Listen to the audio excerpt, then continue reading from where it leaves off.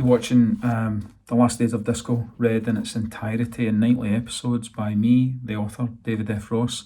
These episodes are produced brilliantly by Into Creative, and the book was published by Orenda Books. We've reached chapter 6, and I think, when people often say that a debut book is pretty autobiographical, and in my case with this one, that's definitely the case. There's quite a few elements of this story that are drawn from pretty closely from reality and things that happened or people that I knew or met or whatever.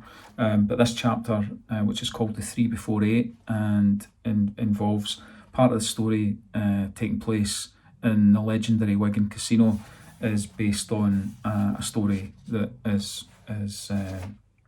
did actually happen. So this is called The 3 Before 8, and if you remember in the last episode, the DJ, Heatwave Disco's first night at the Sandrian had gone. It wasn't a massive success by anybody's standards, but it was good enough to encourage the two to keep going.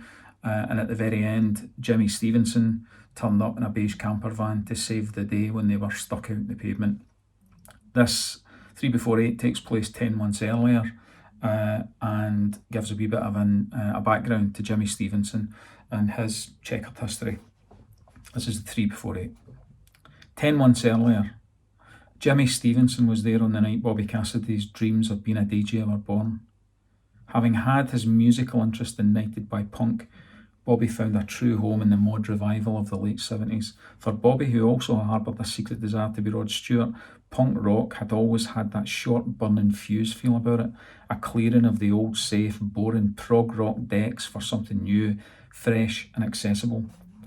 Bobby eventually discovered the latter of these attributes in the Jam. He developed an interest in the clothes, in the mod iconography, in quadrophenia, and in that whole sense of belonging which he shared with Joey Miller and thousands of others across Britain. It all began with All Mod Cons, Bobby's favourite LP. Bobby and Joey knew of many other friends who were similarly affected. A small local scene was developing. It was at odds with the pub rock culture populated by Ayrshire groups like Penetration and the biker fans that followed them. They were generally older, definitely smellier, and wouldn't be featuring as a target demographic for any aspiring hairdressers. Bobby recalled his dad once telling Gary, who preferred bands like Focus and Black Sabbath, that to become part of a biker gang, you had to shit in your pants and not change them for a week. He delivered this assertion with an authority that persuaded Bobby his dad had once tried this, but probably given up around day 5. It wasn't for Bobby though, and the Kilmarnock mods with their scooter club became his spiritual home. The re-emergence of scooters, parkers and Target t-shirts began with Paul Weller and his obsession with the look and sound of the Small Faces, and the power and energy of older records like The Who's My Generation. It made everyone want to be in a gang and to go to the weekly all-nighter at Wigan Casino. Wigan Casino was a mecca for young fledgling mods intent on gorging themselves on influences from before they were born. Although the Kilmarnock mods had heard of other venues like the Blackpool Highland Rooms, the casino was where they all wanted to be. By 1981, its peak years were well behind it, but it was still accepted as the primary venue for Northern Soul music. It was open all night, closing just after 8 AM, and most importantly for kids like Bobby and Joey, 16-year-olds could get in, as the club was alcohol free. When the plans to go were finally put in place and a date set, Joey pulled out. He'd been having a tough time at home and his parents were on the verge of splitting up. Bobby went with around 12 other friends. Bobby's preconceptions of Wigan were from George Orwell's book The Road to Wigan Pier, which was a set text for his English O-level class. Wigan itself was nothing like the Wigan Bobby had anticipated from Orwell's book.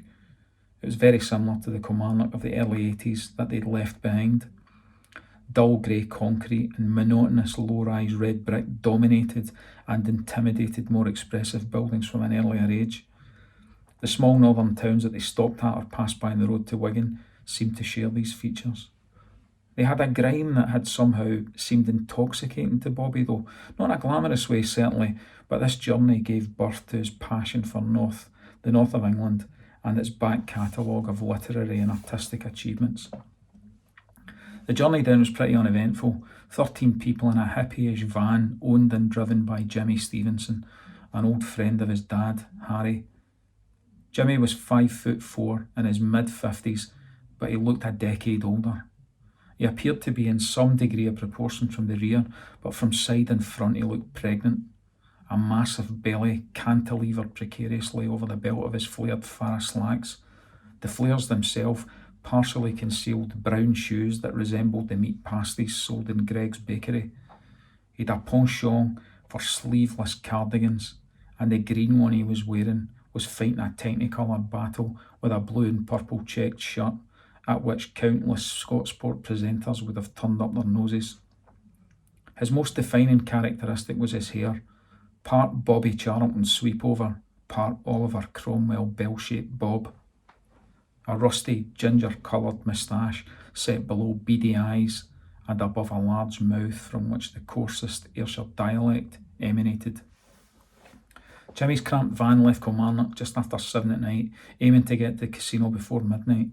Jimmy acceded to the demands of his short-term employers and permitted the tapes of mod classics to soundtrack the journey. In the back, Tennent's Lager, Bacardi and Speed were concealed in various bags, and their consumption was slow to begin with, gradually increasing towards the border and becoming voracious as they approached Wigan. Consequently, Bobby was absolutely buzzing when the group reached the old Empress Ballroom building. Jimmy parked the van in an open yard next to the entrance to a multi-storey concrete monstrosity. He planned to sleep while the Kilmarnock mods were in the casino, driving them back the next morning. The group approached the queues, stretching round the corner of Compton Street, and it was around 45 minutes before Bobby actually got into the building. The bouncers at the door were operating a confusing policy of letting 3 in and turning the 4th away. Bobby couldn't determine any rhyme or reason for this quota, and there was certainly no explanation being offered to the vanquished. The Ayrshire contingent fared reasonably well out of this lottery, and only 2 were refused. Bobby saw them inside later and assumed they'd gone back to the end of the queue, praying that the random sequencing would be kind to them. Once in, most of the herd around Bobby climbed the 2 flights of stairs to enter at the balcony level. From here, Bobby got his first glimpse of the sheer scale of the hall. As a structure, the casino was clearly on its last legs, but the free-spanning curved room over the old ballroom containing the biggest and bounciest dance floor he'd ever seen was incredible. At the beginning of the night, the vibe was relatively loose, and the musical choices of the legendary DJ Russwin Stanley created large open spaces in the main dance floor. The lights were generally non-existent, and the interior could only be described as seedy.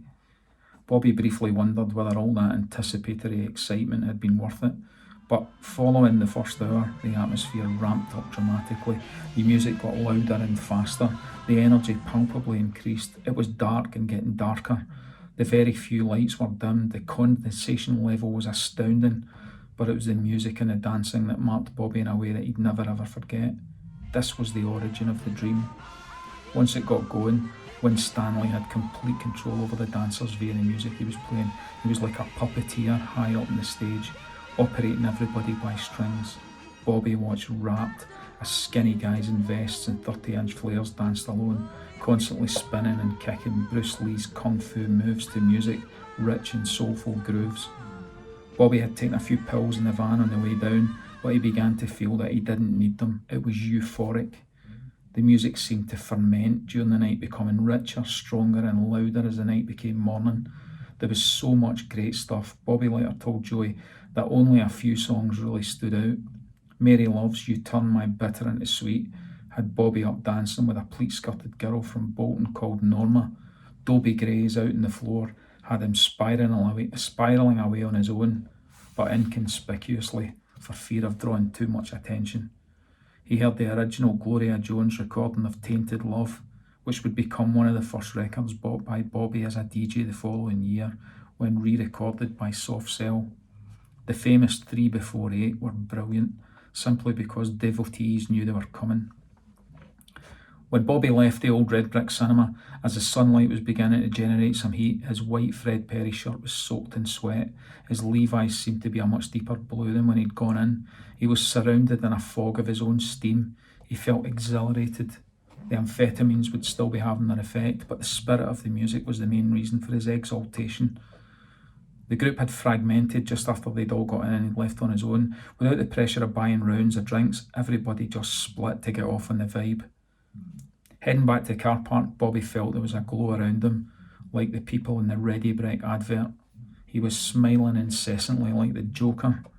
As he approached the rustic-toned van, Bobby caught sight of two young coppers taking an interest in what had apparently been a bit of bother.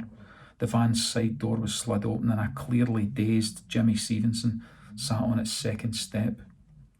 One copper circulated the vehicle tentatively, as if it contained a suspect device that might go off any minute. The other stood stock still in front of Jimmy, attempting to take notes in his small black book. "What's going on, Jim?" inquired Bobby, a logical question given that the driver had clearly been in a fight of some sort. It was also equally clear that he'd lost. "Get this in law, son," offered the policeman with a notebook. Bobby wasn't sure what had just been said to him. It sounded like a foreign language, but he understood he was being directed towards a cafe where two of his group had already been sent. He found them in there. "Where's everybody else?" he asked. "Fuck knows, probably still in there," offered Tam Wood. "What's going on with our driver?" Bobby asked. "No idea, bud," said Tam. "We came out and saw one Paula's battering him with a truncheon. The other one was kicking him up the arse." Bobby bought himself a Coke and an egg roll. He finished his breakfast quickly and they all went back to the van. The scene was generally as they'd left it, but Jimmy was now on his feet and being asked to accompany the policeman to the local station. The rest of the group hadn't returned, but the three young mods were asked to wait in the van, having been informed that their driver would be brought back later. "All right," said the note-taking policeman, as the distressed Jimmy cracked his head off the edge of a Vauxhall Astra with its jam sandwich markings. Bobby watched in open-mouthed shock as Jimmy started crying. "If I don't stop crying, they'll get another crack in a minute," said the other policeman, admitting to those listening that they had indeed been responsible for an earlier crack. 4 hours later, Jimmy was returned to the van and the resembled tour party made their way home. When Bobby recounted the tale to Joey, he couldn't be sure anyone who travelled to Wigan that weekend knew exactly what had happened in the yard next to the multi-storey during the night. But Jimmy returned to Lancashire 4 months later and stayed on for a further 4 as a reluctant guest of Her Majesty. He'd been sentenced to a year, reduced to 6 months and released 2 months earlier for good behaviour. And now here he was, 10 months after first meeting Bobby Cassidy, off the dole and in a new job as Heatwave Disco's regular driver. Things were looking up, and not just for Jimmy. Thank you. Good night.